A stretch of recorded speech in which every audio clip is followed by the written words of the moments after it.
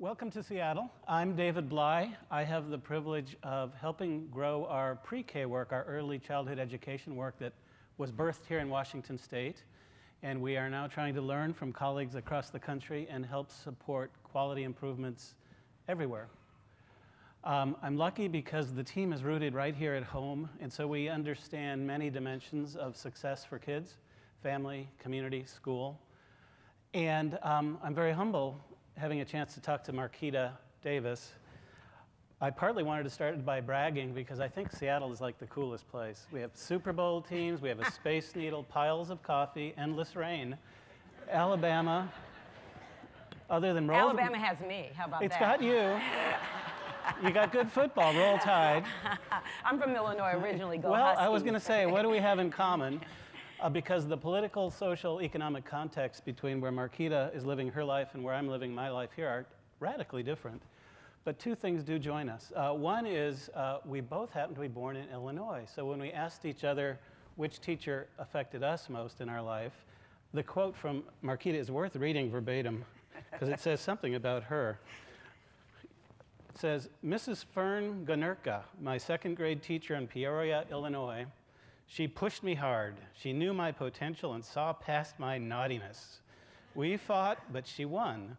She cared enough about me to fight for my learning. She exposed all us to so much more than books. And for me, it's my first grade teacher, Mrs. Franklin, who my visual recollection, because I'm getting to be an old guy, is that she was really big. But once I get past that, it's to the emotion, which was warmth, smiles, and in retrospect, she unlocked this undying curiosity inside me that I think I just learned from Lion Terry is representing my move up the learning line. So we both benefited from those things, yeah. Illinois and great teachers. We have a great separation, but I think what you're about to hear as it relates to pre-kindergarten and early childhood is a shared passion and commitment towards equity and opportunity. And as you've heard so many times over here, that path begins on this bridge in their very first step into learning/education, which is happening before they ever hit kindergarten. That's what we're going to talk about. And it does not end successfully until they are college ready with that high school diploma. And they actually complete some kind of credential after high school. I would certainly go that far. For my kids, and I bet for almost everybody in this room, you expect them to get a four-year degree. So it's not too much to hold that expectation for all children, regardless of their circumstances. Having said that, there's so many questions I could throw at you, and we only have 20 minutes. So I'm going to start with, first, what is unique about you? Meaning you're from Alabama, and it's really interesting for those of you that have done research across all these states. I know I was surprised because of this northern bias from the Pacific Northwest, but Alabama is actually well known for very high quality pre-K experiences. What they lack is access, and we'll get to that later. But tell me a little bit about your experience in Alabama. You're a transplant, but you've worked at a policy level, so you created that framework. Yeah. You taught in higher ed. Yeah. And today, you're back on the ground. You're down there with families and kids. So tell us a little bit. I'm really Generation X. If you're Generation X, you've had lots of jobs. And so I have this unique experience because I was the Head Start director at a community action agency, and then I was recruited by a Republican governor to head our pre-K in the state of Alabama, to expand pre-K in the state. And surprisingly, when the next governor came in, they asked me to serve as the state finance director. I was the first woman and the first African-American woman to be over all of the money for the state of Alabama. That was really great.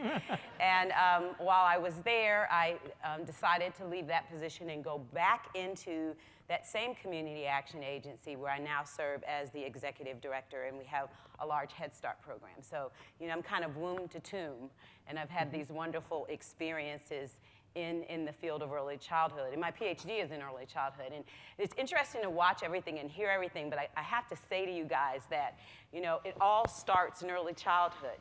We have these conversations about what we do in higher ed, but we have to get it right at the beginning. We have to invest at the beginning. It's not a misnomer. Mm-hmm. It's where we should start. It's fundamentally the appropriate place to start. We can decide if we're going to spend $39 billion on prison or if we're going to invest $6 billion, $10 billion in early childhood. So I had to say that.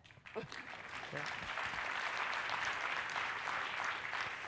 So let's talk for a minute about both the significance of pre-kindergarten, because in most places it's not considered formal education. Yeah. So at one extreme you have people who think it's just very expensive babysitting. It's custodial care to keep kids safe while parents either work or do other things they'd rather do. At the very other end is the fear that if we take it into too much formality, it becomes standards, assessments, testing, and drilling kids on memorizing the alphabet and counting to 100 and job done. So where along that spectrum is Alabama, and how you view what is the nature of education that's age appropriate and appropriate for human development for little kids versus as when they grow up? Well, if you understand brain development, we know by the age of 3, most children have acquired, most of the knowledge that they can retain at 3, and then it grows a little bit after that, and it weeds off at 9. So if we know that kids are brilliant and that they can absorb and they learn all the things that they can learn, why are we investing such little time in ensuring that they get the things that they need? And I think that it's kind of both. You know, early childhood environments should be safe places. They absolutely should be. It should be a fundamental right for a child to be in an early learning setting that is quality and that they feel safe. I think that's what we saw in the video. And on the other side, I think that's important that assessments are a part of learning, because then we understand what we have to do right in those classrooms to ensure that children have quality. We shouldn't be afraid of data, and I think that quality programs are not afraid of data, and that when you have a quality learning environment and a quality teacher, a quality administrator, and policy people that understand that you don't have to choose one over the other, that there can be a perfect blend, well, perfect, there can be a good blend, then it's an okay conversation. In Alabama, I think what we were able to do is that we started small. And there's, you know, everybody doesn't get to do that. In some states like Florida, it's just expanded. But in Alabama, we had the ability to start small. And then you can make mistakes. And then you can have assessments on how to change the things that you need to do to create quality. We very much aligned ourselves with the NEAR standards, the early learning standards for quality. We recognized that we had to always improve on what we had. We were never, it's like that trajectory, we were never going to be perfect, but we always could get better. And it's also about quality programs opening themselves up to, like, the Gates Foundation. Say, come on in, tell us what we need to do better. How can we be more effective? So one lesson I took away from what you just said is that you made the intentional decision to focus first on quality before you scaled and guaranteed access to all kids. Yes. And Dan's last panel here, they talked about how much time all this takes. So when you think back to your time with the governor, tell us just a little bit more about how you built that policy framework out and what was in that enabling environment that gave you the space as a leader to drive this. So we had an administration at the state level that believed in what we were doing. You've got to have them believe in what you're doing, and you've got to be able to message the truth about your work. You know, I think if I can bring nothing else to the conversation, I can bring some reality. You know, if you go to people and you say, when children leave pre-K, they're going to be rocket scientists and they're going to build monuments to all the gods, they don't want to hear that.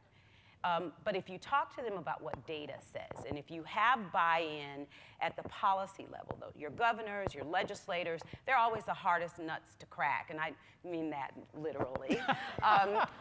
You know, because they're working quickly, right, with the information that you have, and you have to be able to put it at a level where they get it and their folks get it, and how does it impact the people that they serve. And so you have to constantly be in their face. You have to have good advocacy people, good policy people, and being a former state finance director, if you're coming in to ask me for money, I need to know when I give you this money, what happens after I make that investment. And it has to be data driven. I have to be able to go somewhere and see the results. And so, you know, I had that ability to work through an administration that supported it, a legislature that wanted to finance it, and then we were able to scale up slowly, which was important. And if I have accurate information, I believe a couple of years ago, only about 9% of Alabama kids were in high-quality classrooms. Yes. But I believe your legislature has recently approved doubling that number. So your theory holds. Yes, and as well as being able to apply for funding through a development grant with the U.S. Department of Education that focuses on providing quality pre-K experiences for low-income children, and partnering with already existing systems like Head Start or quality child care programs. So that's an important part of the conversation, because so many children exist in those spaces already, and how do we make sure that in those spaces that they have quality? Great. So this is how we think about our work. That is, we learned through experience here and now through research that this enabling environment question, where is the leadership, both the elected leadership, the community leadership, the buy-in from teachers and school leaders, is a fundamental, essential prerequisite to anything else that we're going to talk about next. And so it's interesting because in every state it plays out differently. It did here than Alabama, but it has to play out. You do need that leadership and the willingness to take risks and invest. And you need to be patient. You need to be persistent. And you need to focus on quality first. That leads then to, what does quality really look like? And I mean that in two ways. The way we view that work is that the quality we're aiming at is social, emotional, cognitive gains for kids. That's normal human development that occurs till you die. But when you're really little, it happens really fast. And either you get it right or you don't. If you don't get it right, you start way behind in life.